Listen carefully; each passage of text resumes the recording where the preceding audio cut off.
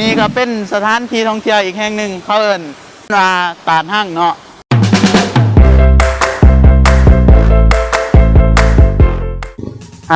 สบายดีการผู้ชมทางซองในทีมสารวันนี้เราอยากนำเสนอสถานที่ท่องเที่ยวคือพิเศษที่เด่นๆในแข้งสารวันเราก็คือตัดเลาะเนาะบางที่หลายทานอาจจะเคยมาแล้วแต่บางทานก็อาจจะมาแต่ว่ามันถึงมาแล้วปัจจุบันเราอยากนำเสนอปี 2018 นี่ว่าสถานที่ท่องเที่ยวแห่งนี้มันจะมีการเปลี่ยนแปลงไปแบบใดเพื่อว่าบางที่ทานอาจจะมีทางเลือกในการมาเที่ยวในช่วงเทศกาลพุทธสงกรานต์นี้เนาะตามไปเลย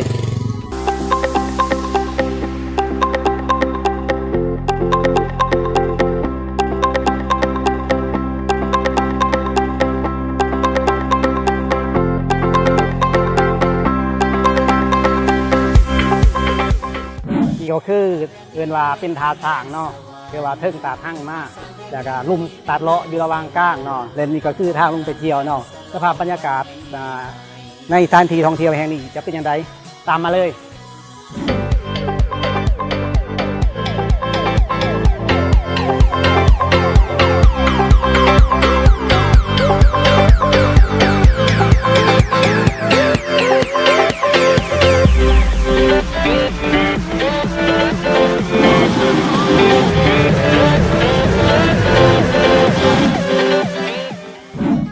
และจุดนี้เอิ้นว่าท่าสร้างจุดนี้เป็นจุดที่มีคนลินน้ำเอิ้นว่าเรียกว่าร้ายที่สุดแต่การน้ำมันก็ค่อนข้างตื่นแน่ลินง่ายแต่สถานที่มันกว้างขวางสามารถประจุคนได้ระดับเป็นพันเนาะจุดนี้เนาะมาลินบนินแหละน่าจะเหมาะสมสำหรับครอบครัวได้ที่ว่ามีเด็กหน่อยหลายๆเพราะว่ามันตื่น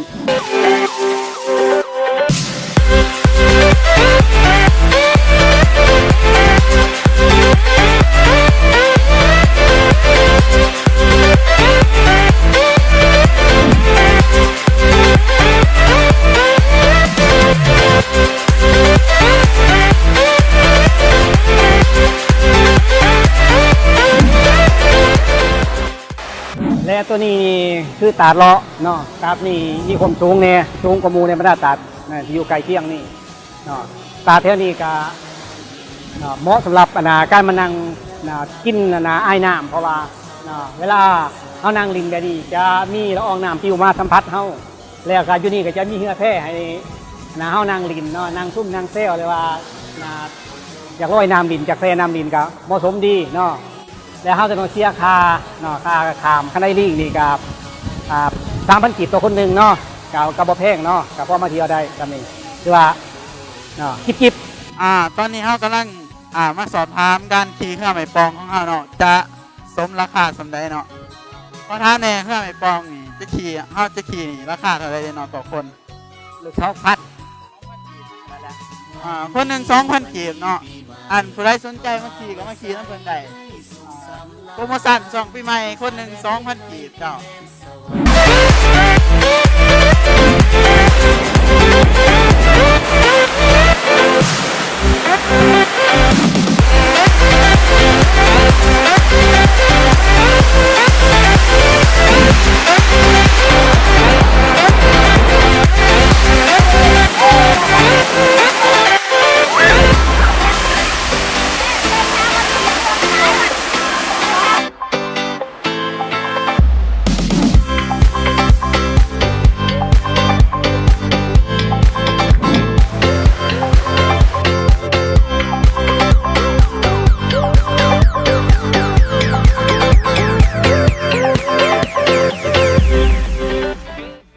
นี่ก็เป็นสถานที่ท่องเที่ยวอีกแห่งหนึ่งเขาเอิ้น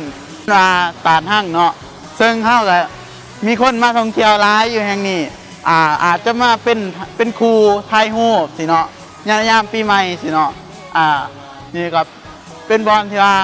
คนที่ว่าจะมามักลินน้ำอยู่ที่นี่เนาะหลายๆคนเชิญชมได้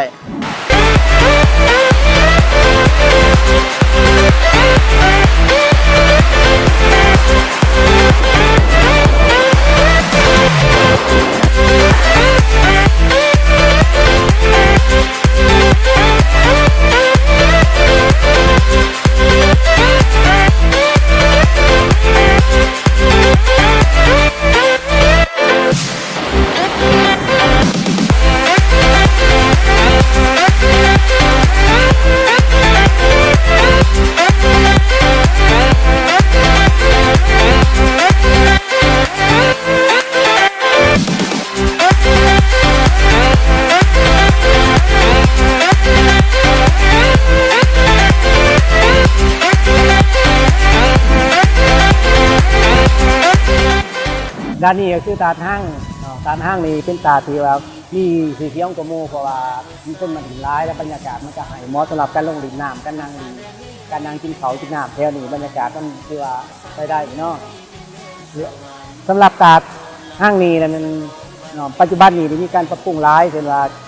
ทางบ้านเพิ่นก็ได้มีการตกแต่งประดับประดาแล้วก็ใส่คันไดเนาะเพื่อให้นักท่องเที่ยวได้ขึ้นลงเนาะด่านเทิงด่านลุมสะดวกเนาะการได้อย่างมากอะเตรียมเงินมาเสียค่าคันไดผ่านด้วยนะสำหรับการนำเสนอทริปท่องเที่ยวตาดเลาะ